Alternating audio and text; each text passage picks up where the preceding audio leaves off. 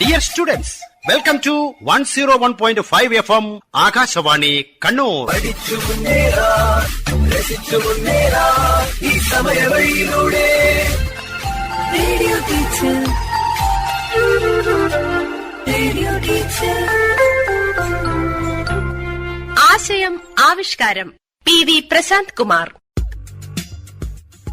Dear students, 2024 മാർച്ചിൽ SSLC പരീക്ഷ എഴുതുന്ന എല്ലാ കുട്ടികൾക്കും വിജയാശംസകൾ. ഉയർന്ന മാർക്കിലേക്ക് ആകാശവാണിയുടെ ഒരു വഴികാട്ടിയാണ് രാത്രി 8 മണിക്കുള്ള റേഡിയോ ടീച്ചർ പ്രക്ഷേപണ പരമ്പര. ശ്രദ്ധയോടെ കേട്ട് പഠിക്കുക. ഓക്കെ,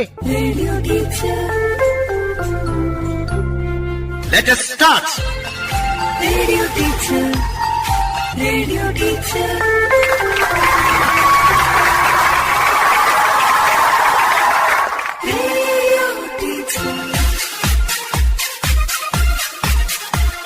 ഇതാ ക്വിസ് മാസ്റ്ററായ ടീച്ചർ സ്വയം പരിചയപ്പെടുത്തുന്നു. ഒപ്പം വിവിധ സ്കൂളുകളിൽ നിന്നും ക്വിസിൽ പങ്കെടുക്കാനെത്തിയ ടീം അംഗങ്ങളായ 10ാം ക്ലാസ് വിദ്യാർത്ഥികളും. എന്റെ പേര് അജിത ഇരയിൽ, Cherukunnu government girls vocational higher secondary സ്കൂളിലെ ബയോളജി അധ്യാപികയാണ്. എല്ലാവർക്കും റേഡിയോ ടീച്ചർ പ്രോഗ്രാമിലേക്ക് സ്വാഗതം. ആദ്യം നമുക്ക് ടീം അംഗങ്ങളെ പരിചയപ്പെടാം. Team A Edwin Roy, Annmaria Vino, school SJHSS Vayattuparamba. Team B Suryagayathri, Arunima Sethu, school GHS Reva. ഇനി team C Tahadeer IK, Muhammad PK, KKVM PHSS. Team D Nivedya S, Paika PP, PR memorial higher secondary school Panoor. Team E Anjud BV, Adwaith U, GBV HSS Madayi. Biology അവസാന പാഠഭാഗങ്ങളാണ്. 7, 8 ചാപ്റ്റേഴ്സിലെ questions ആണ് ഇന്നത്തെ quiz പ്രോഗ്രാമിൽ ഉൾപ്പെടുത്തിയിരിക്കുന്നത്. നമുക്ക് ആരംഭിക്കാം. Radio teacher.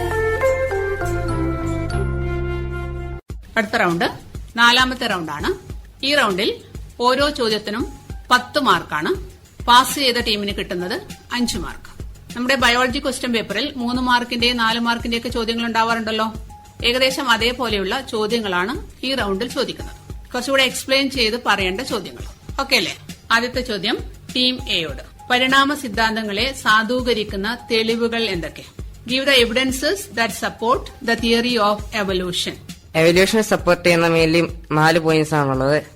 1 comparative morphological studies, number 2 biochemistry, number 3 molecular biology and number 4 fossils. ശരി ഉത്തരമാണ്. ടീം എക്ക് 10 മാർക്ക്. പരിണാമ സിദ്ധാന്തങ്ങളെ സാധൂകരിക്കുന്ന തെളിവുകളാണ് ഫോസിലുകൾ, ആകാര താരതമ്യ പഠനം, ജൈവരസതന്ത്രവും ശരീരധർമ്മശാസ്ത്രവും, തന്മാത്ര ജീവശാസ്ത്രം. Study of fossils, comparative morphological studies, biochemistry and physiology, molecular biology. These are the evidences that support evolution. അടുത്ത ചോദ്യം ടീം ബിയോട്. പ്രകൃതി നിർദ്ധാരണ സിദ്ധാന്തത്തിലെ മുഖ്യ ആശയങ്ങൾ എന്തൊക്കെ? Main concepts of theory of natural selection. Starvation, scarcity of food, over production, availability of food. Team ബിയുടെ answer ശരിയല്ലാത്തതുകൊണ്ട് ചോദ്യം team സിയിലേക്ക് pass ചെയ്യുന്നു. Animals with favorable natural selection will survive and it is transferred to the next generation. Animals with non-favorable natural selection will die. Okay, ശരി ഉത്തരമാണ്. Team സിക്ക് 5 mark. പ്രകൃതി നിർദ്ധാരണ സിദ്ധാന്തത്തിലെ മുഖ്യ ആശയങ്ങൾ ഇവയൊക്കെയാണ്.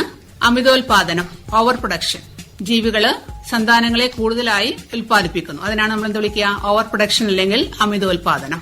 ഈ ജീവികള് പാർപ്പിടത്തിന് വേണ്ടി, ആഹാരത്തിന് വേണ്ടി, ഇണകൾക്ക് വേണ്ടി മത്സരിക്കുന്നു.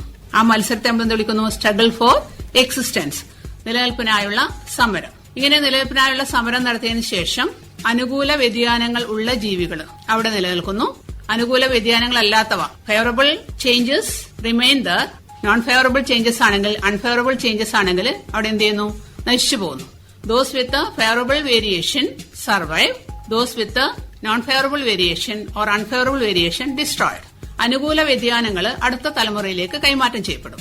ഇങ്ങനെ കൈമാറ്റം ചെയ്യപ്പെട്ട് അത് വ്യതിയാനങ്ങളുടെ ഒരു സഞ്ചയമായി മാറുകയും അക്യുമുലേറ്റ് ദ വേരിയേഷൻസ്, ഈ സഞ്ചയം പുതിയൊരു ജീവികൾക്ക് കാരണമാകുകയും ചെയ്യും. So, favorable variation transferred to next generation, accumulation of variations that leads to origin of new species. Okay? അടുത്ത ചോദ്യവും ടീം സിയോടാണ്. ബാക്ടീരിയയെ മനുഷ്യനുമായി താരതമ്യം ചെയ്തപ്പോൾ കോശഘടനയിലും ജീവധർമ്മത്തിലും കാണപ്പെട്ട സാമ്യങ്ങൾ എന്തൊക്കെ? When comparing cell structure and physiology of bacteria and human, there are certain resemblances. What are they? Energy is stored in ATP molecules. Genes control hereditary traits. Okay, പകുതി ഉത്തരം ശരിയാണ് team സിയുടേത്. Team സിക്ക് 5 point. Question team ഡിയിലേക്ക് pass ചെയ്യുന്നു. Energy is stored in ATP molecules.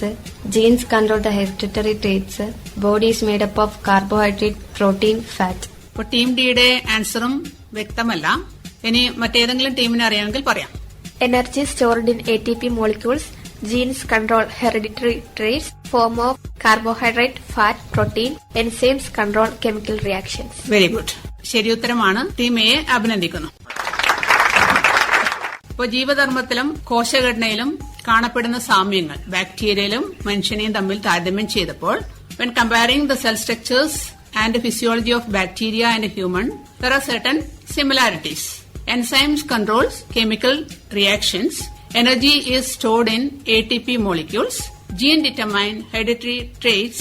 Carbohydrates, proteins, fats are basic substances. So, ഈ ഒരു കോശഘടനയും ജീവധർമ്മവും അനുസരിച്ച് evolution അല്ലെങ്കിൽ പരിണാമവാദത്തിന്റെ ഏറ്റവും പ്രധാനപ്പെട്ട ഒരു തെളിവ് കൂടിയാണ്. അപ്പൊ എല്ലാ ജീവികളും ബേസിക്കലി ഒന്നാണ്. ബേസിക്കൽ സ്ട്രക്ചർ നോക്കിക്കഴിഞ്ഞപ്പോൾ, സെൽ സ്ട്രക്ചർ നോക്കിക്കഴിഞ്ഞപ്പോൾ നമ്മുടെ സെല്ലിലുള്ളതും ബാക്ടീരിയയുടെ സെല്ലിലുള്ളതും ഏകദേശം ഒരേ ഘടകങ്ങളാണ്. എനർജി സ്റ്റോർ ചെയ്യുന്നത് ATPയിലാണ്. ഒരുപാട് കെമിക്കൽ പ്രോസസ്സ് നമ്മുടെ ബോഡിയിൽ നടക്കുന്നുണ്ട്. അതൊക്കെ കൺട്രോൾ ചെയ്യുന്നത് എൻസൈമുകളാണ്. അപ്പൊ ഈ ഒരു പ്രവർത്തനങ്ങൾ നോക്കിക്കഴിഞ്ഞപ്പോൾ, അതായത് കോശഘടനയും ജീവധർമ്മവും ഫിസിയോളജിയും സെൽ സ്ട്രക്ചറും കമ്പയർ ചെയ്തപ്പോൾ, all these organisms are arrived from A single ancestor. ഒരു പൂർവികനിൽ നിന്നാണ് ഓർഗാനിസവും ഉണ്ടായത് എന്നതിനുള്ള ഒരു തെളിവ് കൂടിയാണ് ഏത്? Cell structure and physiological studies. ഈ ചോദ്യത്തിന് മുഴുവൻ മാർക്ക് നേടാൻ ഒരു ടീമിനും സാധിച്ചിട്ടില്ല. അടുത്ത ചോദ്യം ടീം ഡിയോടാണ്. കുരങ്ങുകൾക്ക് പരിണാമം സംഭവിച്ചാണ് മനുഷ്യനുണ്ടായത്. ഈ പ്രസ്താവന ശരിയാണോ? എന്തുകൊണ്ട്? Man evolved from monkeys. Is the statement true? Why? Team D ചോദ്യം പാസ് ചെയ്തിരിക്കുകയാണ്. അടുത്തതായി ടീം ഇ. ടീം ഇക്കും ഉത്തരം അറിയില്ല.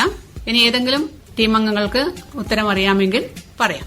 കുരങ്ങുകൾക്ക് പരിണാമം സംഭവിച്ചാണ് മനുഷ്യനുണ്ടായത് എന്ന പ്രസ്താവന തെറ്റാണ്. The statement is wrong. എന്തുകൊണ്ടായിരിക്കും? മനുഷ്യന് അവരുടേതായ പൂർവികരുണ്ട്. നമ്മൾ നേരത്തെ അവരുടെ ഘട്ടങ്ങൾ വിശദീകരിച്ച് പറഞ്ഞു കഴിഞ്ഞു. ആർഡിപിത്തിക്കസ് രാമിഡസ് മുതൽ ഹോമോസാപ്പിയൻസ് വരെയുള്ള ഓരോ ഘട്ടങ്ങളും നമ്മൾ നേരത്തെ പറഞ്ഞു കഴിഞ്ഞു. കുരങ്ങ് ആന്ത്രപ്പോയിഡയിലെ സെർക്കോപിത്തിക്കോയിഡെ എന്ന വിഭാഗത്തിലാണ്. അവയ്ക്ക് ചെറിയ മസ്തിഷ്കമാണ്, നീണ്ട വാലുണ്ട്. എന്നാൽ മനുഷ്യൻ ഉൾപ്പെടുന്ന വിഭാഗം ആന്ത്രപ്പോയിഡയിലെ ഹോംനോയിഡയിലാണ്. മനുഷ്യന് വികസിതമായ മസ്തിഷ്കമുണ്ട്, സ്വതന്ത്രമായി ചലിപ്പിക്കാവുന്ന കൈകാലുകളുമുണ്ട്. അപ്പോൾ രണ്ടും രണ്ട് വിഭാഗമാണ്. ആന്ത്രപ്പോയിഡെ എന്ന വിഭാഗത്തിലെ രണ്ട് ബ്രാഞ്ചുകളാണ് സെർക്കോപിത്തിക്കോയിഡയും ഹോംനോയിഡയും. കുരങ്ങിന് കുരങ്ങിന്റേതായ പൂർവികരുണ്ട്, മനുഷ്യന് മനുഷ്യന്റേതായ പൂർവികരുണ്ട്. ഒരിക്കലും കുരങ്ങിൽ നിന്നല്ല മനുഷ്യൻ ഉണ്ടായത്. ക്ലിയർ? അടുത്ത ചോദ്യം ടീം ഇയോട്. മനുഷ്യ ജീനോം പദ്ധതിയുടെ പ്രധാന കണ്ടെത്തലുകൾ എന്തെല്ലാം? What are the findings of human genome project?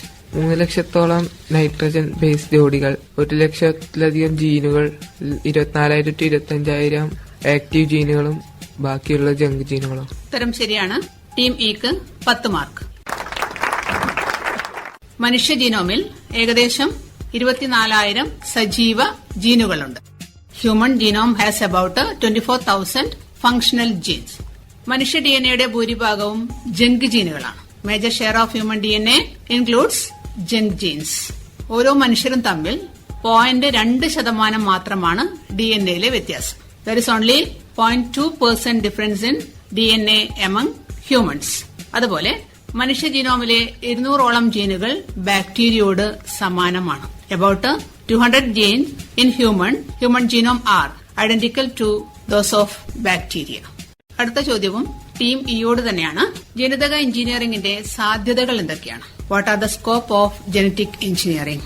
ജനിതകമാറ്റം വരുത്തിയ മൃഗങ്ങളെയും വിളകളും ഉൽപ്പാദിപ്പിക്കുന്നു. രോഗകാരണമായ ജീനുകളെ മാറ്റി പുതിയ ജീൻ വെക്കുന്നു. ശരി ഉത്തരമാണ്. ടീം ഇക്ക് 10 പോയിന്റ്. ജനിതക എഞ്ചിനീയറിംഗിന്റെ സാധ്യതകൾ: ഒന്ന് ജീൻ തെറാപ്പി, മറ്റൊന്ന് ജനിതക പരിഷ്കാരം വരുത്തിയ മൃഗങ്ങളും വിളകളും, genetically modified animals and crops.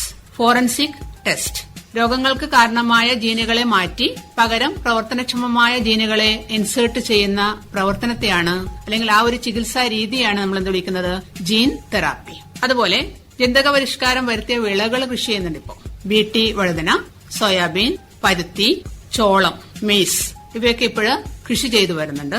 ജനിതക പരിഷ്കാരം വരുത്തിയ മൃഗങ്ങളെയാണ് നമ്മൾ നേരത്തെ പറഞ്ഞ മരുന്ന് തരും മൃഗങ്ങൾ. നമുക്ക് ആവശ്യമായ മരുന്നുകളെ, അതായത് പ്രോട്ടീനുകളെ പ്രൊഡ്യൂസ് ചെയ്യുന്ന ജീനിനെ ഇൻസേർട്ട് ചെയ്തുകൊണ്ട് ഇത്തരം മൃഗങ്ങളെ നമ്മൾ മരുന്ന് തരം മൃഗങ്ങളാക്കി മാറ്റുന്നുണ്ട്. പിന്നെ DNA ടെസ്റ്റ് അല്ലെങ്കിൽ ഫോറൻസിക് ടെസ്റ്റ് എന്നുകൂടെ പറയും. അതിന് ഒരുപാട് സാധ്യതകളുണ്ട്. നമുക്കെല്ലാവർക്കും അറിയാവുന്നതാണ്, ഒരുപാട് സാധ്യതകൾ ഫോറൻസിക് ടെസ്റ്റിനും ഉണ്ട്. ഇതൊക്കെയാണ് സ്കോപ്പ് ഓഫ് ജനറ്റിക് എഞ്ചിനീയറിംഗ്. അടുത്ത ചോദ്യം ടീം ഡിയോട്. ജനിതക എഞ്ചിനീയറിംഗിന്റെ സാധ്യതകൾ അനന്തമാണ്. എന്നാൽ ഇതിന് ചില ദോഷവശങ്ങളുമുണ്ട്, വെല്ലുവിളികളുണ്ട്. എന്തൊക്കെയാണ് ജനറ്റിക് എഞ്ചിനീയറിംഗിന്റെ വെല്ലുവിളികൾ? What are the harmful effects of genetic engineering? ജനിതക മാറ്റം സംഭവിച്ച വിളകൾ കൃഷി ചെയ്യുമ്പോൾ ഇൻഡിജിനസ് വെറൈറ്റി നശിച്ചു. പിന്നെ ബയോ വെപ്പൺസ് ആയിട്ട് യൂസ് ചെയ്യും. അത് ശരി ഉത്തരമാണ്. തദ്ദേശീയ ഇനങ്ങൾക്ക് ഭീഷണി. ജനിതകമാറ്റം വരുത്തിയ വിളകൾ നമ്മൾ കൃഷി ചെയ്യുമ്പോൾ തദ്ദേശീയ ഇനം എന്ന് പറഞ്ഞാൽ ഇൻഡിജിനസ് വെറൈറ്റി, നാടൻ ഇനങ്ങൾ, അവർക്ക് ഭീഷണി ഉയർത്തുമെന്നും മനുഷ്യരിൽ ചില ആരോഗ്യ പ്രശ്നങ്ങൾ ഉണ്ടാക്കുന്നുവെന്നും വിദഗ്ധർ അഭിപ്രായപ്പെടുന്നുണ്ട്. അതിന് വ്യക്തമായിട്ട് തെളിവൊന്നും ഇതുവരെ ലഭിച്ചിട്ടില്ല. പിന്നെ രണ്ടാമത്തത് ജൈവായുധങ്ങൾ പുതിയ വെല്ലുവിളി. ജനിതക പരിഷ്കാരം വരുത്തിയ രോഗാണുക്കളെ ജൈവ സാങ്കേതിക വിദ്യ ഉപയോഗിച്ച് പെരുപ്പിച്ചെടുത്തുകൊണ്ട് ജൈവായുധങ്ങൾ ഉപയോഗിച്ചുകൊണ്ടുള്ള യുദ്ധം ഉണ്ടാവാനുള്ള സാധ്യതയും കാണുന്നു. അതുപോലെ മറ്റൊരു കാര്യം പറയാനുള്ളത്, ജനിതക മാറ്റം എന്നത് അവകാശ ലംഘനമാണ്. ഒരു ജീവിയുടെ അതിന്റെ യഥാർത്ഥ രൂപത്തിനും ഭാവത്തിനും ഒക്കെ മാറ്റം വരുത്തിക്കൊണ്ട് പുതിയൊരു ജീവിയെ ഉൽപ്പാദിപ്പിക്കുന്ന രീതിയിലുള്ള ആ ഒരു മാറ്റം അവകാശ ലംഘനമാണ്. ജീവികളുടെ യഥാർത്ഥ ജീവിതത്തിനുള്ള ഒരു മാറ്റം എന്നത് അത് ആരും അംഗീകരിക്കാൻ തയ്യാറല്ല. ഇതാണ് ഇന്ന് നിലവിലുള്ള ഭീഷണികൾ അല്ലെങ്കിൽ വെല്ലുവിളികൾ. ഓക്കെ, ടീം ഡിക്ക് 10 പോയിന്റ്. അടുത്ത ചോദ്യം ടീം സിയോടാണ്. ജനിതക എഞ്ചിനീയറിംഗിലൂടെ ഇൻസുലിൻ ഉൽപാദക ബാക്ടീരിയയെ നിർമ്മിക്കുന്ന ഘട്ടങ്ങൾ വിശദീകരിക്കാമോ? Explain the various stages in the production of bacteria that are capable for production of insulin. Human DNA insulin എടുക്കുന്ന, ബാക്ടീരിയത്തിന്റെ DNA പ്ലാസ്മിഡിനെടുത്ത് അത് രണ്ടും കൂടി ചേർത്തിട്ട് ഒരു കൾച്ചറൽ മീഡിയത്തിലിട്ടിട്ട് അതിന്ന് ഇനാക്റ്റീവ് ഇൻസുലിനെ പ്രൊഡ്യൂസ് ചെയ്യുന്നു. അതിനുശേഷം ആക്റ്റീവ് ഇൻസുലിൻ പ്രൊഡ്യൂസ് ചെയ്യുന്നു. ശരി ഉത്തരമാണ്. മനുഷ്യകോശത്തിലെ ഡിഎൻഎയിൽ നിന്ന് ഇൻസുലിൻ ഉൽപാദക ജീനിനെ മുറിച്ചെടുക്കുന്നു. അതിനുവേണ്ടി നമ്മളൊരു എൻസൈം ഉപയോഗിക്കുന്നുണ്ട്. ഏതാണ് എൻസൈം? റെസ്ട്രിക്ഷൻ എൻഡോ ന്യൂക്ലിയസ് എന്ന എൻസൈം ഉപയോഗിച്ചിട്ടാണ് മനുഷ്യ DNA നിന്ന് ആ പർട്ടിക്കുലർ ജീനിനെ മുറിച്ചെടുക്കുന്നത്. അടുത്ത ഘട്ടം എന്ന് പറയുന്നത് ബാക്ടീരിയയുടെ സർക്കുലർ DNA ആണ് പ്ലാസ്മിഡ്. ആ പ്ലാസ്മിഡിനെ ഐസൊലേറ്റ് ചെയ്തിട്ട് എടുക്കുന്നു. ബാക്ടീരിയൽ പ്ലാസ്മിഡിനെ മനുഷ്യ ജീനുമായിട്ട് ലിഗേറ്റ് ചെയ്യുന്നു, അതായത് കൂട്ടി യോജിപ്പിക്കുന്നു. ഇങ്ങനെ കൂട്ടി യോജിപ്പിച്ച ലിഗേറ്റഡ് ജീനിനെ ബാക്ടീരിയയുടെ ശരീരത്തിലേക്ക് ഇൻസേർട്ട് ചെയ്യുന്നു. എന്നിട്ട് ആ ബാക്ടീരിയ എന്ത് ചെയ്യുന്നു? അതിന്റെ കൾച്ചറൽ മീഡിയത്തിൽ വെച്ച് വളർത്തുന്നു. ഒരു ബാക്ടീരിയ അനേകം ബാക്ടീരിയകളായിട്ട് മൾട്ടിപ്ലൈ ചെയ്യും, പെരുകും. From these bacteria inactive insulin is extracted. അതിൽ നിന്ന് ഇനാക്റ്റീവ് ഇൻസുലിനെയാണ് നമ്മൾ ആദ്യം എടുക്കുന്നത്. That is converted into active insulin. അതാണ് അതിന്റെ സ്റ്റെപ്പ്. ഓക്കെ, ടീം സിക്ക് 10 പോയിന്റ്.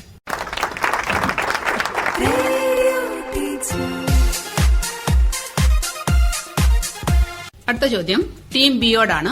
DNA ഫിംഗർ പ്രിന്റിന്റെ പ്രയോജനങ്ങൾ എന്തൊക്കെയാണ്? സാധ്യതകൾ എന്തൊക്കെയാണ്? What are the scope of DNA finger printing or DNA profiling? To find out hereditary characters, to find real parents, natural calamities വാർ നടക്കും കാണാതെ അവരെ കണ്ടെത്തുമ്പോൾ തിരിച്ചറിയാൻ വേണ്ടി, കൊലയോ അല്ലെങ്കിൽ മോഷണം നടത്തുമ്പോൾ അത് ചെയ്ത ആളെ തിരിച്ചറിയാം. Right answer.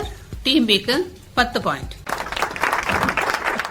DNA ന്യൂക്ലിയോടൈഡുകൾ ക്രമീകരിച്ചിരിക്കുന്നത് ഓരോ പേഴ്സണിലും വ്യത്യസ്തമാണ്. പക്ഷെ അടുത്ത ബന്ധുക്കൾ തമ്മിൽ there are certain similarities. അപ്പൊ അതുകൊണ്ട് തന്നെ കുടുംബ പാരമ്പര്യം കണ്ടെത്താൻ വേണ്ടി പ്രയോജനപ്പെടുത്തുന്നുണ്ട്. To find out the hereditary characters. അതുപോലെ മാതൃപിതൃ തർക്കങ്ങളിൽ യഥാർത്ഥ മാതാപിതാക്കളെ തിരിച്ചറിയാം. To identify the real parents, real mother or real father.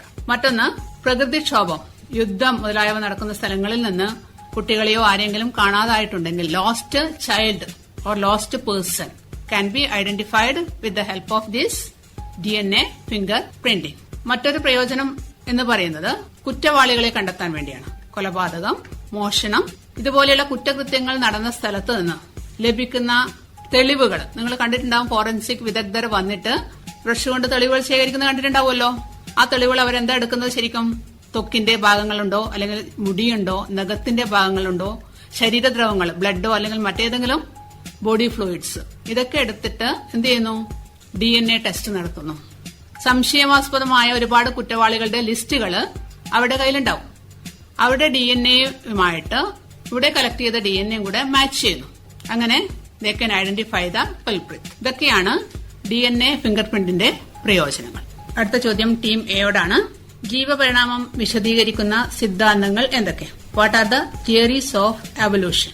The theory of inheritance of acquired characters, the theory of natural selection, mutation theory. Very good, right answer. Evolution അല്ലെങ്കിൽ ജീവപരിണാമം സാധൂകരിക്കുന്ന അല്ലെങ്കിൽ വിശദീകരിക്കുന്ന അനേകം തിയറികൾ ഉണ്ടായിരുന്നു. അതിൽ ചില തിയറികൾ മാത്രമാണ് നിങ്ങൾക്ക് പഠിക്കാനുള്ളത്. അതിൽ ആദ്യം നിങ്ങൾ ചർച്ച ചെയ്യപ്പെട്ടത് സ്വയാർജിത സ്വഭാവങ്ങളുടെ പാരമ്പര്യ പ്രേഷണ സിദ്ധാന്തം. ലാമാർക്ക്, ജീൻ ബാപ്റ്റിസ്റ്റ് ലാമാർക്ക് എന്ന ശാസ്ത്രജ്ഞൻ, അദ്ദേഹം പറഞ്ഞത് ജിറാഫിന് നീളം കൂടിയ കഴുത്ത് വന്നത് എങ്ങനെയെന്ന് വിശദീകരിച്ചിട്ടുണ്ട്. ആദ്യം ചെറിയ കഴുത്തുകളായിരുന്നു. പിന്നെ ഭക്ഷണ ദൗർലഭ്യം വന്നപ്പോൾ ജിറാഫ് എന്ത് ചെയ്തു? കഴുത്ത് മേലേക്ക് സ്ട്രെച്ച് ചെയ്തു. അപ്പോ ജിറാഫിന്റെ കഴുത്ത് നീളം കൂടി വന്നു എന്ന് പ്രഖ്യാപിച്ച ഒരു സിദ്ധാന്തമായിരുന്നു സ്വയാർജിത സ്വഭാവങ്ങളുടെ പാരമ്പര്യ പ്രേഷണ സിദ്ധാന്തം. That is inheritance of acquired characters by Lamarck. രണ്ടാമത്തെ സിദ്ധാന്തം എന്ന് പറയുന്നത് പ്രകൃതി നിർദ്ധാരണ സിദ്ധാന്തം, തിയറി ഓഫ് നാച്ചുറൽ സെലക്ഷൻ. പ്രകൃതി തന്നെയാണ് ആരൊക്കെ ഭൂമിയിൽ ജീവിക്കണം ജീവിക്കണ്ട എന്ന് തീരുമാനിക്കുന്നത്. പ്രകൃതി തന്നെയാണ് സെലക്ട് ചെയ്യുന്നത്.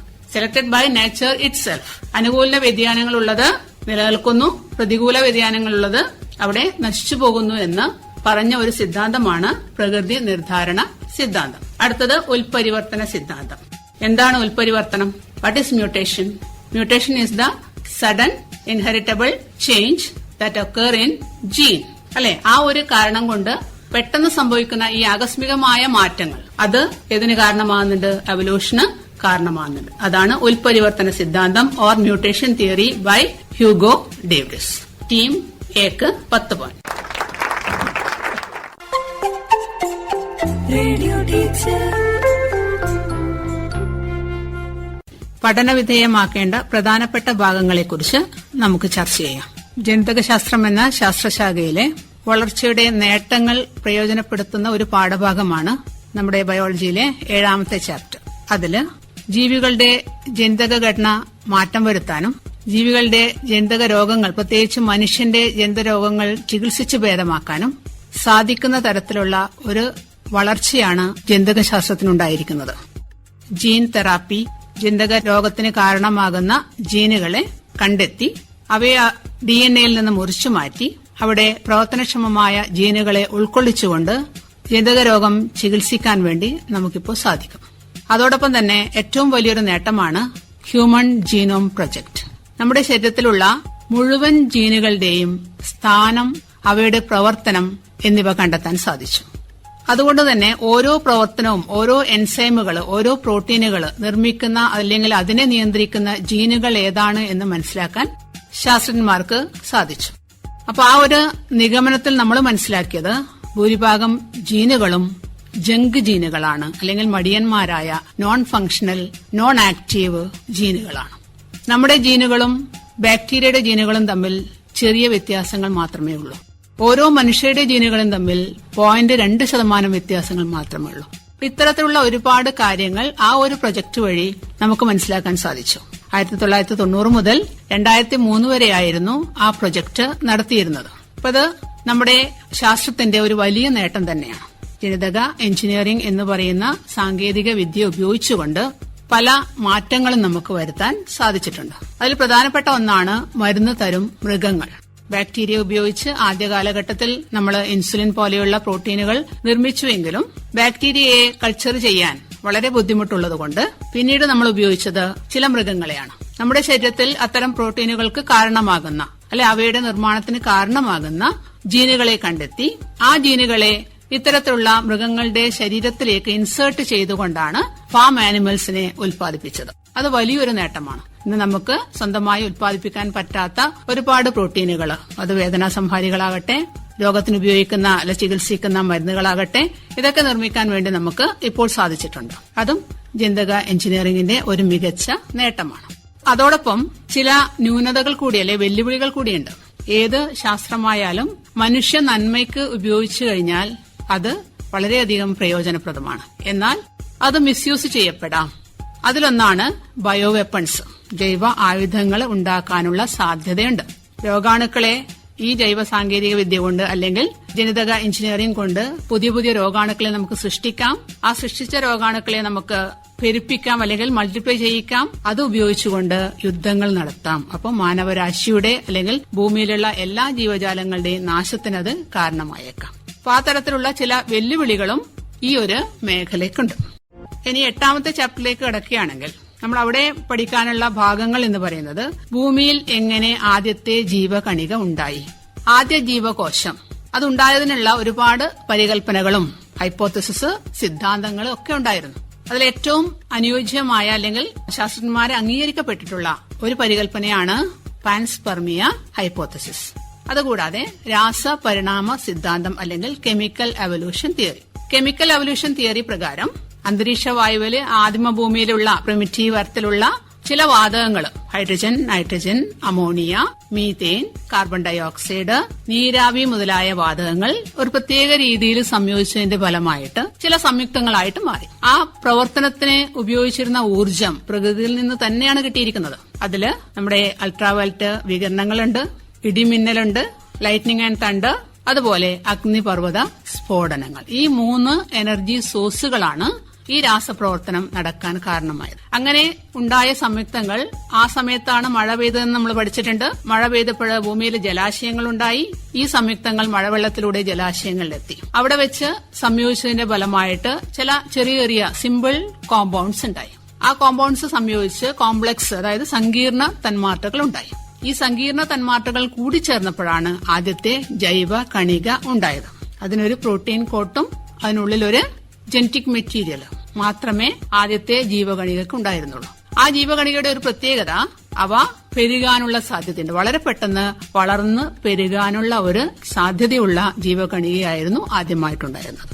പിന്നെ കോടിക്കണക്കിന് വർഷങ്ങൾ എടുത്തിട്ടാണ് ഭൂമിയിൽ ഇന്ന് കാണുന്ന ജൈവ വൈവിധ്യം ഉണ്ടായത്. അത് തെളിയിക്കുന്ന ഒരുപാട് സിദ്ധാന്തങ്ങൾ നമ്മൾ പഠിച്ചു കഴിഞ്ഞു. പ്രധാനപ്പെട്ട 3 സിദ്ധാന്തങ്ങളാണ് നിങ്ങൾക്ക് പഠിക്കാനുള്ളത്.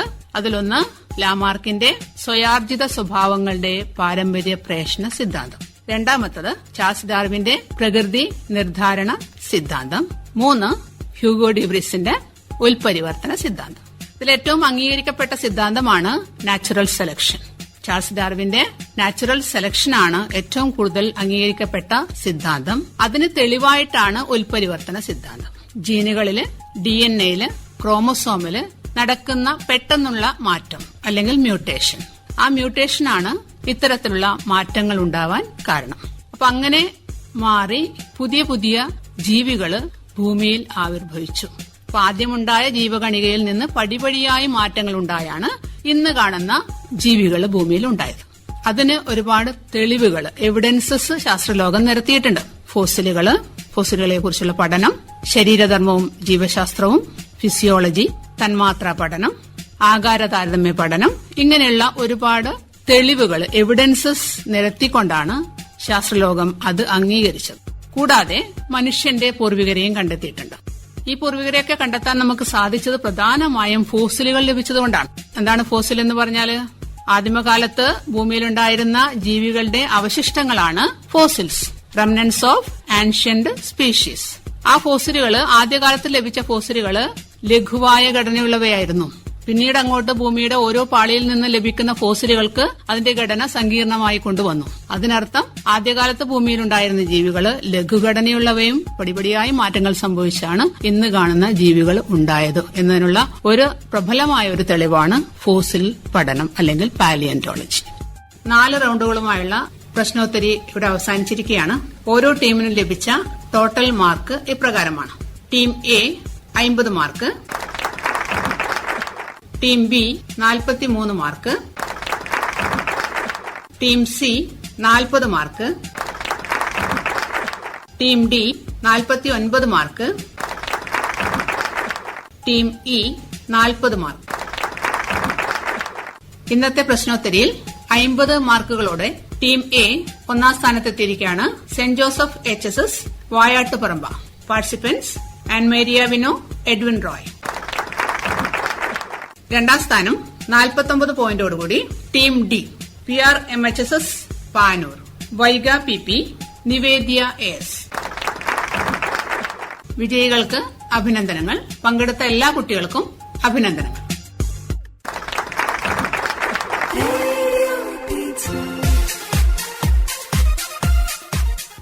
നാളെ ഇതേ സമയം ഗണിത പ്രശ്നോത്തരി. Quiz master Chodavoor higher secondary school ഗണിത അധ്യാപകൻ C. നന്ദകുമാർ.